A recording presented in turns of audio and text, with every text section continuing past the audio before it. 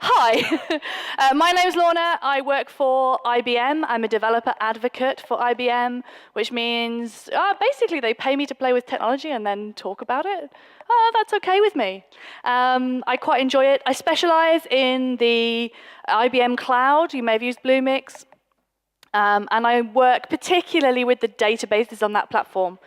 If you want to talk to me about databases or about cloud or about why cloud is the worst idea ever and will never work for you, that would be awesome. I'll be happy to chat about any of that. Today I'm going to talk about OfflineFirst applications. I'll confess that there is a bit of database stuff in here because I love it and I hope you love it too. But I want to focus on OfflineFirst and what that means for us as web developers, what it is, and how to do it, because I started trying to do it, and it turns out even a back-end developer can do this. So it must be fairly straightforward, right? So when I say OfflineFirst, what do I even mean? The idea of OfflineFirst is that your applications should not curl up and die, refuse to work completely if there isn't a network connection. And it might be temporarily, we just went underground, and I don't know about you, but my phone signal's a bit spotty down here. Or we're genuinely in a place where there is no internet connection. Offline capability is a key characteristic of modern progressive web apps. The progressive web apps, the idea that things should work as best they can with what they have. Obviously, if you're offline, we can't fetch any data we didn't already have, but your website or mobile app should be able to show whatever data it has had. Don't decide to refresh the conference schedule on me, right? Whatever was there 10 minutes ago is probably still, I'd rather have that data than nothing if I open the page again right now. Being offline might be in a place without internet infrastructure. There's a lot going on in the progressive web app space, in the OfflineFirst space, around literally saving the world. Creating technology solutions that can help us do things like run medical clinics in Africa. Right? Maybe some of those places don't have an internet connection. You can go and collect some data or take some information, and it'll just sync next time you come onto the network. So those are like the obvious, these places have no internet kind of problems. You might be offline. I'm just back from South America. My data package doesn't work there. I've been functionally offline quite a lot in the last couple of weeks. You might be offline because you're on an aeroplane. I understand aeroplanes have internet. This is my worst nightmare. So I am determined to be offline on planes. I think this is how things should be. Another time that you might be offline is if, like me, you live in Huddersfield and you try and get the train to more or less anywhere, you're going to be offline at some point. This has been an excellent introduction to which of the apps on my various devices will work temporarily without an internet connection. So it's not just about third world countries or problems that are far away. It's about a seamless experience for your users, whether they are at home, in the office, on the train, or wherever. OfflineFirst means failing gracefully. Not everything can work, but the things that can work should work. And the progressive web apps idea is like an umbrella term, something which covers, we do the best we can with what we have. So, that's a marvelous idea. What great rhetoric. What a marvelous concept. I'm sure you're all converted. Great, so how do we actually do that? There's two strands to this. The first is the code. And here I've got the browser over on the left-hand side. In the middle, this is the service worker. So we use a service worker to cache the assets when they come down, so you'll get all of your HTML, JavaScript, images, or whatever.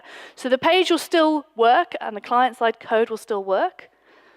The browser will ask the service worker for those assets, and the service worker will hopefully have them in cache. That's on the top right. And if not, we'll need to hit the network. Once it's got it once, it'll keep it. So this enables the HTML, CSS, JavaScript to keep on working.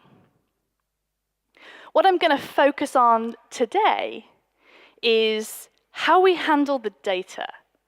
Because this is really the hard part. It's fine for people to load a web page or pages and browse between them. Good. How can they start to enter data, or delete data, or edit data? What if everybody is doing that on all their different devices, and we're all on different trains somewhere near Huddersfield? I love the Pennines. I had a frozen sunrise on the way here this morning, but I did not have excellent internet connection, right? So how do we achieve that? Well, for this, we're going to be using a client-side database that is able to replicate the data to the server side in the event that a network connection is present. And normally this is completely transparent to the user.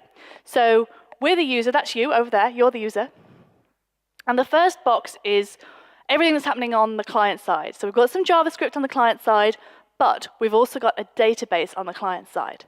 This is going to be PouchDB. Don't get me started on letting geeks name things. It's called PouchDB, and we'll just skate over that. Ridiculous name. And PouchDB is a document database, so you're just going to stick data in there. This is a great experience for the user because they don't have to wait for network round trips. Your client's wonderful, optimal, excellent client-side code talks to a local database, which is blisteringly fast, whatever's happening. That database is then set up to sync to the remote, to the central sort of server databases when the opportunity arises. And here I've got it. It's on the cloud, and it's a redundant setup, and there's a whole cluster of databases. These databases are CouchDB, geeks, naming things, which is a more powerful server-side database, but the two are interoperable. They can share data with each other. So, PouchDB, it's a database for your client-side JavaScript. It can sync to CouchDB. Good. They're both open source projects. CouchDB, written in Erlang rather than JavaScript, a big server-side thing, also open source. It's an Apache project. It's quite an active and friendly one as well.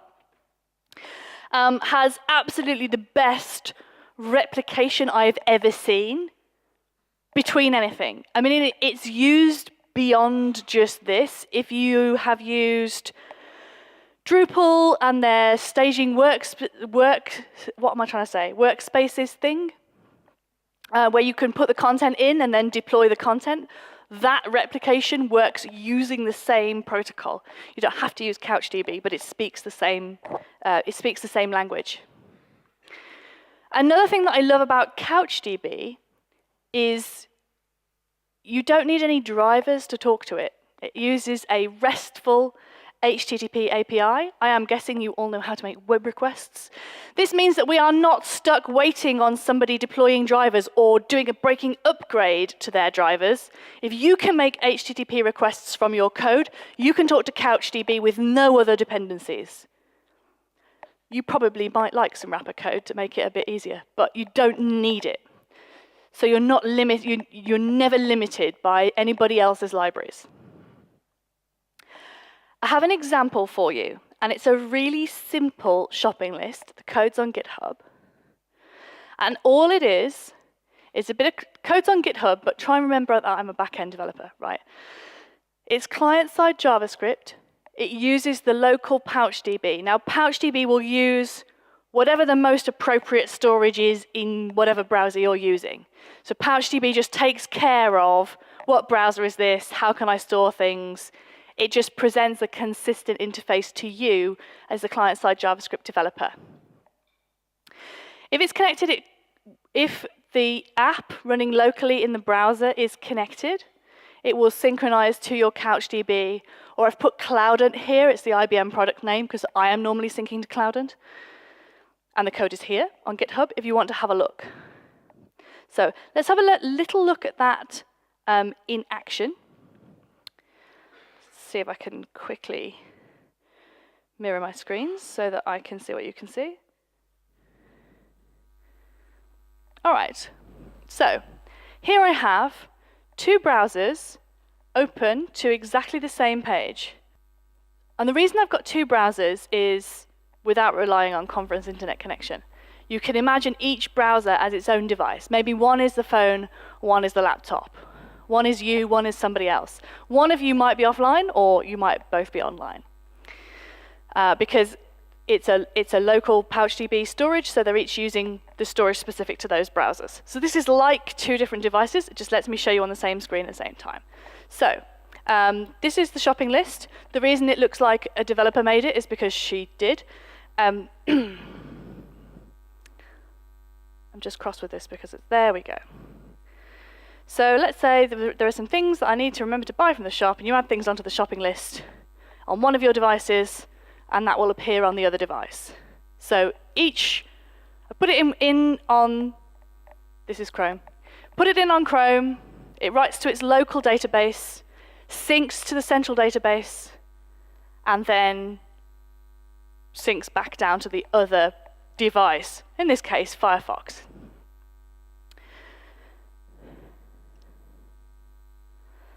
What happens if we go offline? Well, I can test that by stopping my local CouchDB. Oh no, I can't, because I can't see the icons in the, in the window at this resolution. All right, hang on while I just fiddle about with the display preferences some more. So I'm going to stop CouchDB.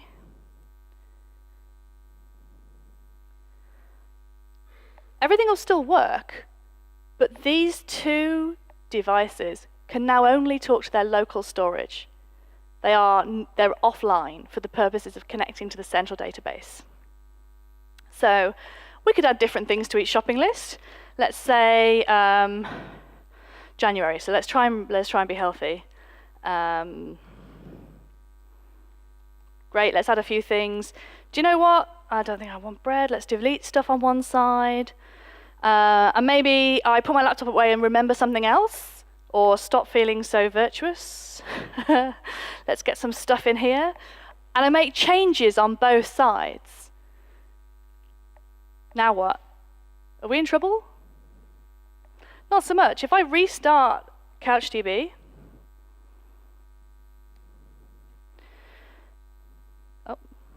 it'll open its little web interface. And these windows will catch up. Chrome always catches up first. Firefox usually makes me wait for a dramatic pause on stage. Can let me know when it gets there. So with those two devices, with changes in both places, including deletes, we can work locally, work very quickly and efficiently, and then exchange those data between devices when they come back online.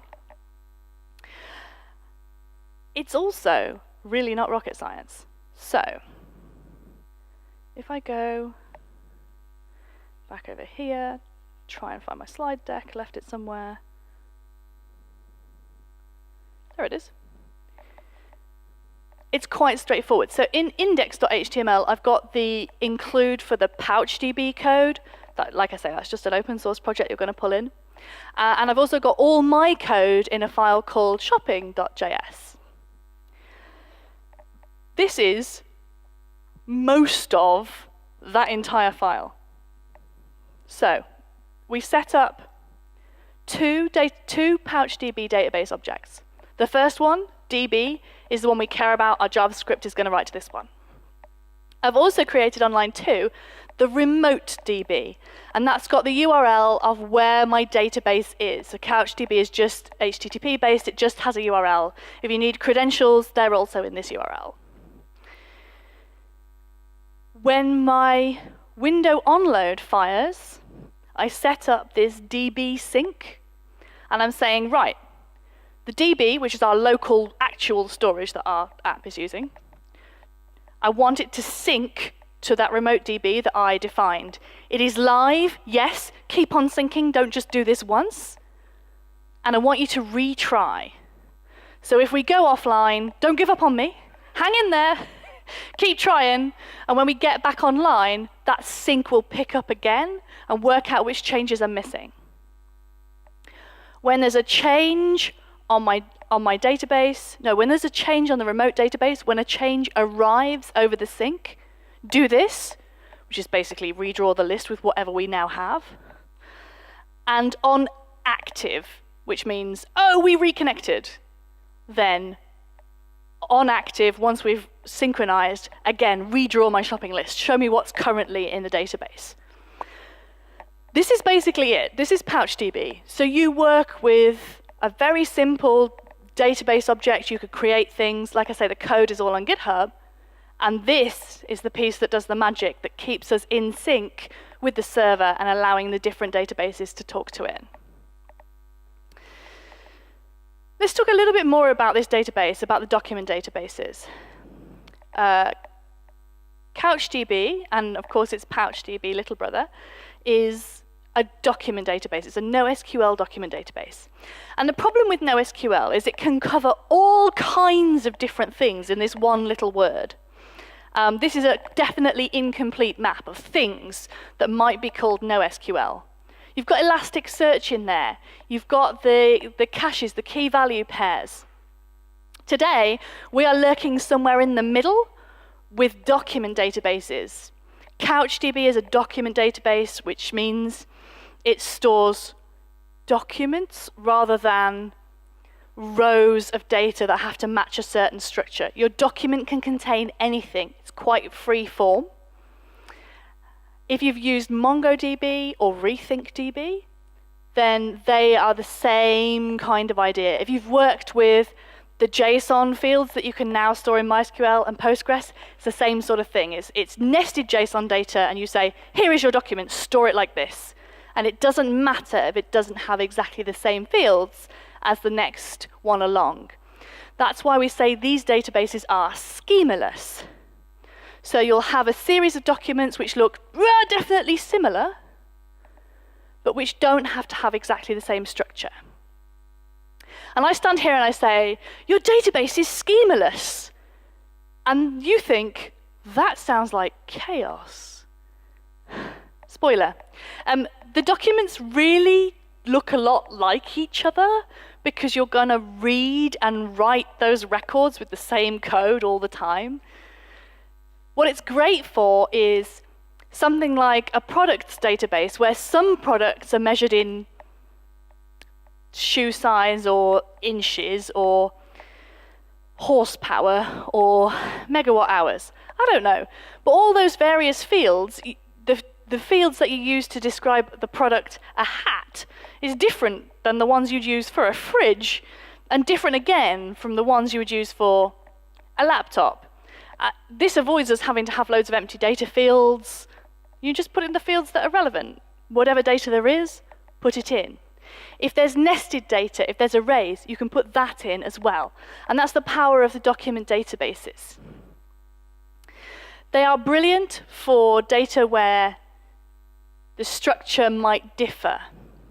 They're also brilliant if you aren't completely sure at the beginning about everything that will be in your database. I see a lot of startups using this kind of database because they're iterating so quickly, and because the traditional databases will often give you some downtime when you make structure changes, depending what you're doing. If you like high availability, the document databases are designed to be clustered, to sync to one another. So you can make changes on those. They tend to be much, much more robust, and they are designed to be spread out, to be distributed, rather than you need a big RDBMS and a big slave for that, and some big replication going on. Thinking about the focus of front end of today's event, I wanted to just give you some tips on what works with document databases in general, but particularly with PouchDB. It's a little bit special. The document databases, a lot of the things that I would say about them on the server is, again, it's about the distributed nature of it. It's about having a lot of compute. You know, probably more than I do, running JavaScript on the client isn't like that. It isn't distributed compute. You have to be quite sensible about how you set things up and what operations you try to do.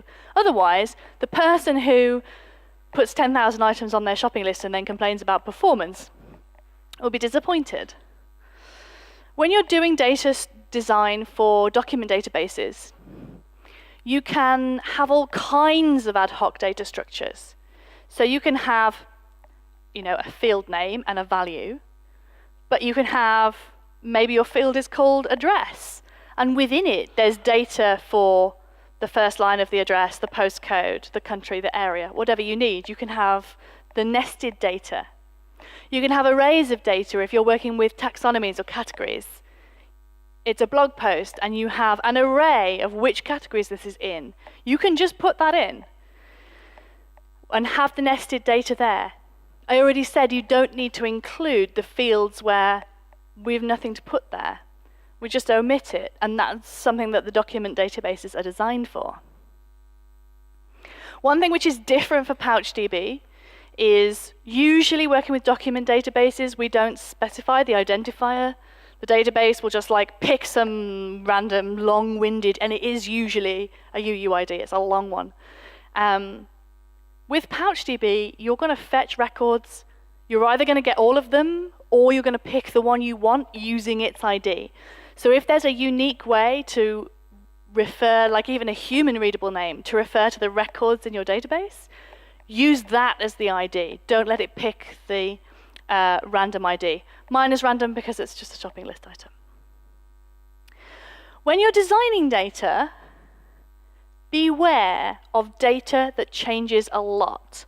So I'm going to talk a little bit more about how the synchronizing works between these databases. But if you think about a blog post with comments, you can nest the comments. Great. Providing that everybody who's gone offline with your amazing app isn't going to try and create comments at the same time. That causes a conflict. So we can synchronize data super easily if it's only changed in one place, and we can bring all the changes together. Every shopping list item in this example is its own document. The list isn't a document, because then as soon as you edit in two places, we're in trouble. So think about how that's going to work. Who is writing which data and how often? Because that will dictate how nested you define your data. All right, a little bit about CouchDB then. So CouchDB is the big brother of PouchDB, and it has an acronym. It stands for Cluster of Unreliable Commodity Hardware. CouchDB is intended that it's from a time when you had to get some actual computer and rent some actual data space somewhere and rack it up and buy power and network. So that's the context of CouchDB. But the idea is that you should be able to buy 20 servers from one failed startup and 30 servers from another failed startup and stick them in whatever data location you could get, and your database would run just fine on this motley crew of mismatched hardware. It's designed for that. It's designed for sometimes things go wrong on the internet. That's my internet. Sometimes things go wrong on my internet. CouchDB assumes that sometimes things might go wrong, and it is set up for, that's okay. It has this HTTP API. You can talk to CouchDB from curl. I'm not saying you have to. There are some lovely tools that I'll show you. But you can just talk to it from curl, which certainly for me, I'm an API specialist, that makes all the sense in the world, just for checking connections and looking at what comes back. Because it's such a standard way of working, seeing the status code come back, looking at the content, I know how to work with it, and it gives you such a wide choice of tools for working with it, because it uses an existing standard. Uses a JSON data format. Now here's the thing we can probably handle. CouchDB has the ability to supply data from views, so you don't have to have all of the records. You can just fetch the ones that you want, and these perform very well. And you can also use something called a Mango query. It's supposed to be like MongoDB. Geeks naming things. Anyway, it has a query language that you can use for just doing ad hoc queries. And again, that's JSON based. I mentioned the tooling. Well, if you love curl, that's cool. There's a link to the tool here. The best thing about curl is it's available everywhere. So you log into a server, it'll probably have curl installed. It can help you to debug. If you are not already expert in curl, it's not the friendliest tool. It's completely command line. If you are using curl, then you need to check out this JQ library. What you do is you do your curl command and you pipe the output through JQ, and it will make your JSON beautiful and readable and well laid out. Anybody working with JSON APIs, check out this JQ tool. If you hate curl, fair enough. Try HTTP console. It's an NPM module, so you can just install it and you get the command. It's still command line based, but it's just a bit more humane. That you can give a base URL, you have to retype the whole thing every time. I really like it. I'm also going to mention Postman. Postman is, it used to be a Chrome plugin, but now it's a standalone cross-platform application. It's a GUI tool, so you say, I want to make a GET request or a POST request. This is the URL, here's the body that I want to send, and you can inspect what you get back. It remembers everything you've done and puts it in the sidebar. So once you've done a few things, you've read the documentation, got it all together, you can just click on the ones you ran before and change them and reuse them and build on that. I think it's a brilliant way to work with all kinds of APIs. If you're interacting with anybody's API, try Postman. It would be perfectly easy for me to stand here for an hour and talk about HTTP tools, and I'm going to try not to. I blogged about, here are my favorite HTTP tools, and caused the whole internet to come on my head and say, no, you must use all these other HTTP tools. So follow the blog post. The blog post is just a thing. It's the place where the comments went with all the good stuff, much better than the blog post. So if you're looking for better tools to work with APIs, check out the blog post, but never mind me, read the comments. Another tool that we can use to work with CouchDB is called Photon, because the previous edition of it was called Futon. And naming, because it's CouchDB, and naming things is apparently a creative art in this area of the industry. It's a friendly web interface. And you saw when I restarted CouchDB that immediately it opened a tab in my Chrome browser. And that's my Photon web interface. If you've used something like PHPMyAdmin or any of the built-in database administrator tools on your hosting platforms, Photon is that for CouchDB. It's quite friendly. It's eye-bleeding red. Apart from that, it's quite friendly. And you can see here the shopping database, which is where I put my shopping list items. So you've got a list of databases. You can click through and get a list of the documents that are in there. You can create documents, edit documents, delete documents, create views, run queries. You can do everything you need to do with CouchDB through this web interface, and it's really friendly and easy to use. So I find this a really good way to work with CouchDB as well.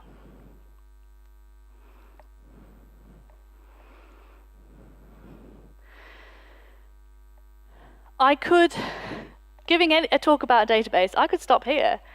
CouchDB is everything you need. I love the JSON format. I just think we can describe anything we need to describe. The HTTP web interface, giving you a choice of tools, but also the built-in web UI. It's brilliant. It scales marvelously. It's modern. It performs well. It's a document database. What else do you need? Well, turns out it's got a few other features, a few tricks up its sleeve. CouchDB has a changes feed. This is how all this synchronization works. You can subscribe to a feed that lets you know when things have changed on your database. As we build increasingly event-driven and reactive applications, this type of functionality is incredibly useful. When I started out in the industry, an overnight CSV import was considered cutting edge. Not anymore. We want all our different apps, whether those are microservices we built ourselves or integrating with somebody else's applications, we want them to talk to each other and we want them to do it now. And these types of interfaces help an enormous amount. Crucially, the changes feed enables replication, and replication is one of the most compelling features of lovely server-side database, CouchDB, but it's the absolute backbone of what makes the offline-first approach like this work, because the replication is what gives us the background sync back to the server when we are connected. You can run these replications, and this is for PouchDB and for CouchDB. You can just do a one-off. If I want to work on some data, my team maintains a bunch of open data sets. I just replicate their CouchDB down to my local one. I just work locally. You can back up your database that way as well, doing a one-off replication. You can say which direction you want it to go in. So just pull everything down. I don't need to sync. I'm just interested in getting new changes. The opposite is also true. I have one where when an action happens on the website, we put a document in the events database, and it replicates to the server. I don't replicate all the events that have ever happened back down to the client. The client's not interested. So we just replicate, we just push replicate from our local, something happened, and we just keep on pushing that data up. So as things happen, pop-ups occur and the Slack bot talks and stuff responds. So you can do it as a one-off, you can do it continuously, so every time there's a new event, it writes up to the server. The replication is a specified protocol, and it's really well specified.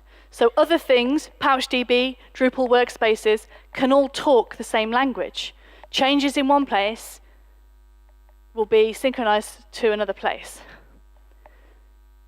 If it seems like maybe I'm making this sound too easy, yeah, kind of. I'm going to stop skating over the hard part. Let's talk about conflicts.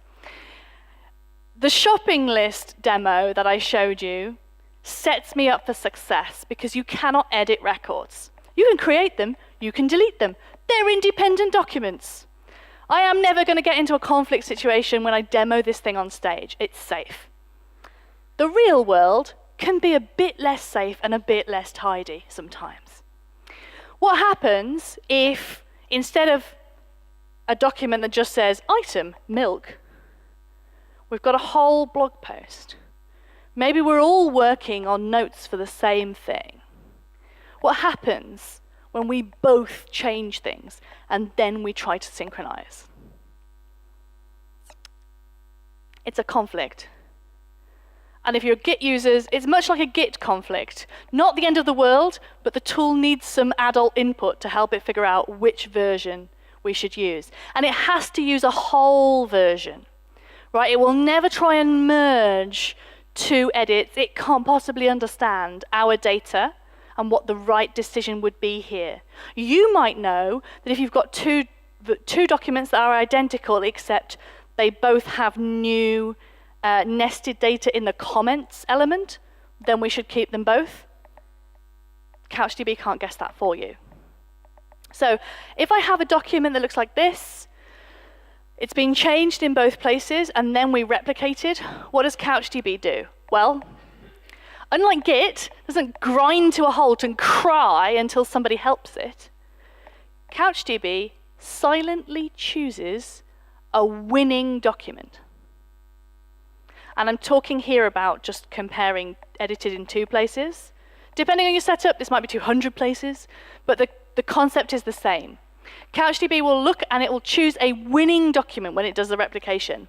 And the winning document is some, this isn't accurate, but it's some combination of most recent edit, most edited documents. So if you start editing on your phone, and then it's like, no, I need the laptop, I need the keyboard, and you make a bunch of edits, it'll choose the most edited one, the most recent one, some other algorithm there. It's right almost all the time. So I think as users, we're accustomed to that. We're accustomed to, I didn't, like there's an autosave, but I didn't publish it, and then I edited it somewhere else, and now I've got more than one version. The losing version isn't thrown away. It's not retained forever, but it's retained for a while. So every document in CouchDB has an ID, but also has a revision. So when you delete a document, you must apply that revision.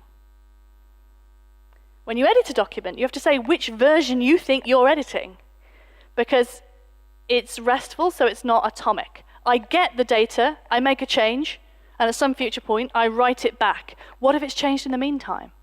CouchDB allows for that, because we have to say, okay, I got the version of the document, I'm at version 3, here is I have version 3, please accept my new version.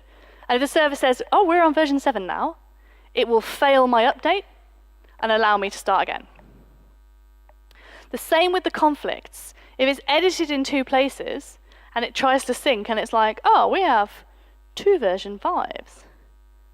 This is the winning one. The losing one is preserved, and you get a record that looks like this. You can fetch the losing records. So you can build an interface exactly like the WordPress autosave that says, hey, there's another version of this, do you want to see it? I've hardly ever seen anyone implement that. Mostly we just live with whatever version it came out with. But it does it unsupervised. So you can just synchronize documents and it'll make a best guess. Most of the time it's fine. If it's not fine, depending on the scenario, then cool, you can just come back and fix it. You can still retrieve the older version of the data. So when we have that situation, we're all offline, we all download the same app, we all go offline at the same time, we all edit at the same time, we all try to sync back together. Give it a few minutes, but once it's synced with everybody enough times, we'll have one winning document and we'll all have the same version. And that's how the sync works. I don't want to paper over too much what happens here. It's not all fun and games. It's not as simple as the shopping list. The real world is messy. But this will operate and support you quite smoothly in what you do. And this is how the conflict handling works. So we've got, you fetch a record and you ask for the conflicts. And then you can actually fetch that specific record and see what was inside it. So in the event that you've had 2 versions of the document, not forever, but for some time, you can retrieve that losing version. Okay, I want to just show you around a couple of other specifically server-side CouchDB features before I wrap up today. The first one is using writing the Mango queries. So this is something that you can do on PouchDB, but it tends to be not very performant because you're just using the single-threaded JavaScript in the client. So we tend to do this stuff on the server. So we've got CouchDB queries, and for this, it's a lot like SQL in the sense that you say which fields you'd like, set the criteria for, I don't want all of them, I just want some of them, put what order you want things in, and then just limit to how many you want so you don't get the whole database at once, if that's not what you were expecting. It's a JSON structure. So this query just says, I would like the fields quarter and product line for everything in this database with the year, it's case sensitive. Capital Y for year. Guess how I found that out? Okay. Where the year is equal to 2012. So show me everything from 2012. You probably can't read. Oh, yeah, you can. Limit 5. So just give me the first 5 records that match these criteria. So it feels a lot like SQL, if you're familiar with that.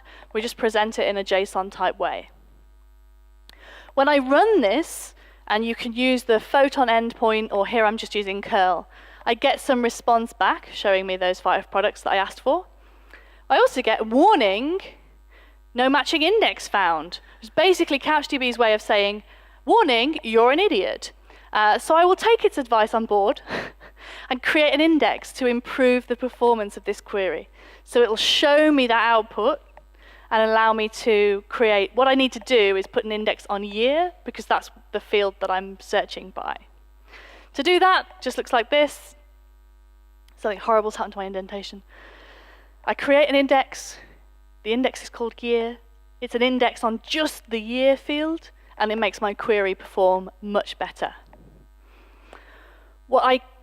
With all of this, you can improve your queries by using the explain plan. Again, something that might be familiar from Postgres or MySQL, and it'll tell you this query is performing badly because, and then you can add the indexes to help it. Another way of working with getting data out of CouchDB, and this is something that you are likely to use if your application is connecting to server-side CouchDB, and it's really common to use both, so to use PouchDB for the data that makes sense to be offline, and some stuff on CouchDB that you're going to fetch as you need it, rather than trying to sync the whole database down into the browser, which might be unkind to the browser. So for that, you're going to use a view. The views are cool. They're written in JavaScript, so they're super accessible. They use something called MapReduce, which I'm going to attempt to explain in 5 minutes. This may or may not make sense to you. So MapReduce is a two-step process. We do the map, then we do the reduce. And the map is only done once, and it's stored. And that's what makes the views perform really well.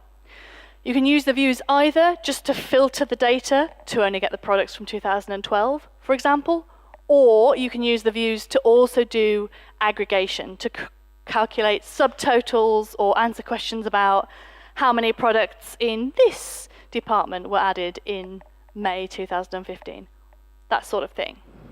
So, MapReduce.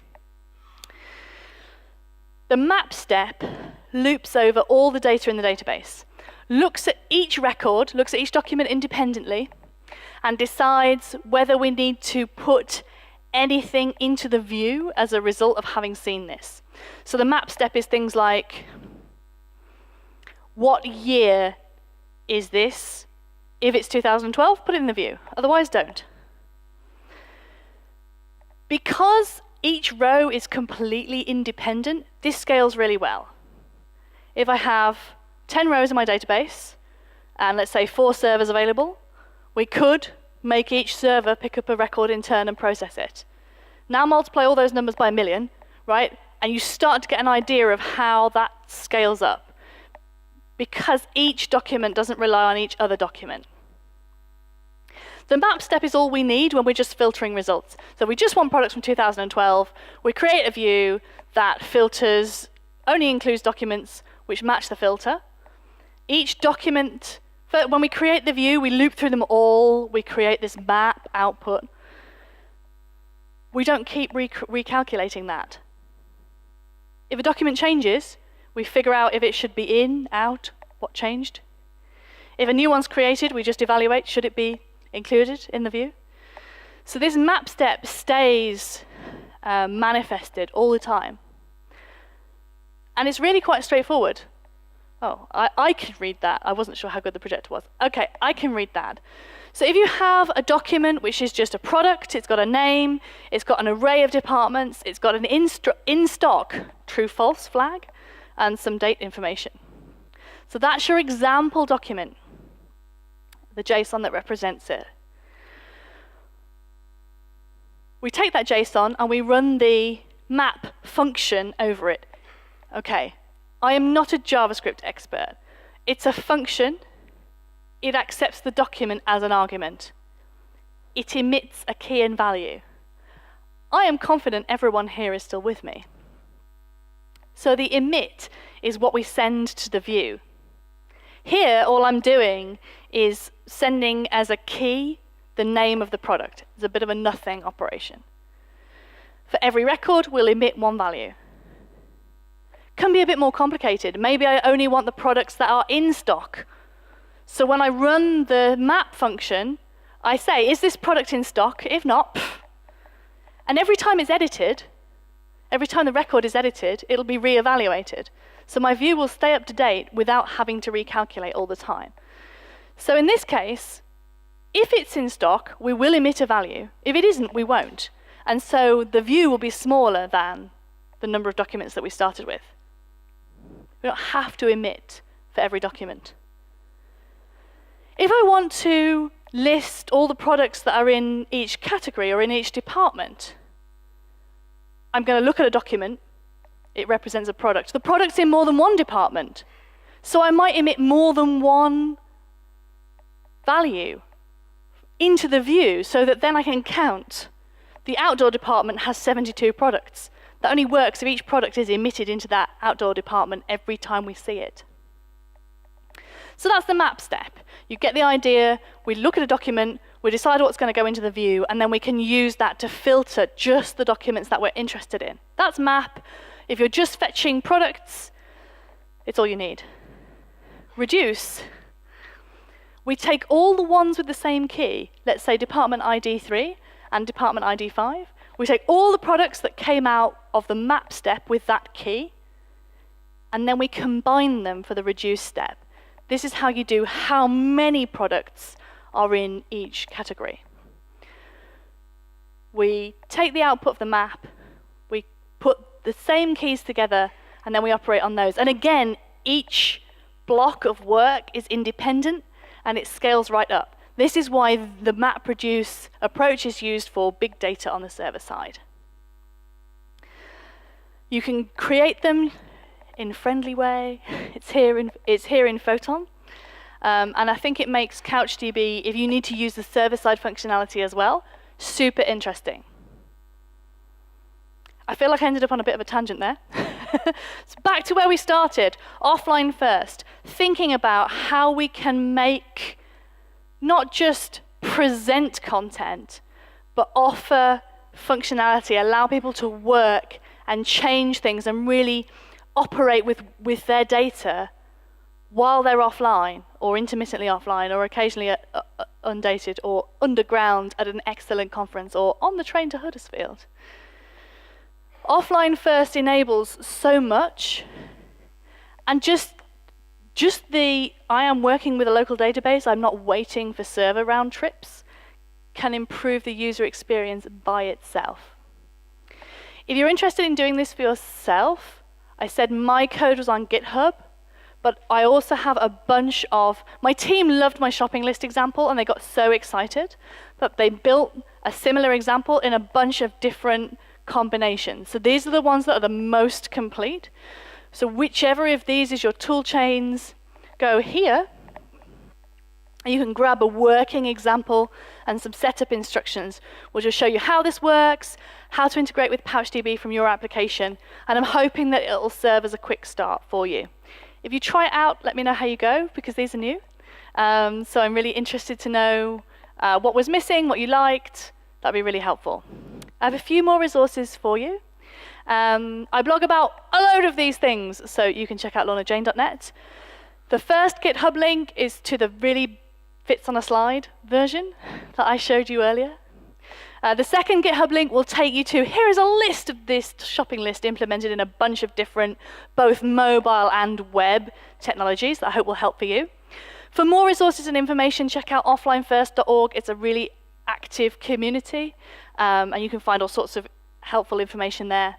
And also, if you're looking to implement like user sign-on and a bunch of other useful stuff, try hood.ie. It's a European company that does some great framework stuff to help you get started with this. And with that, thank you for your attention. It is coffee time. Please talk to me through the day. It's been a pleasure.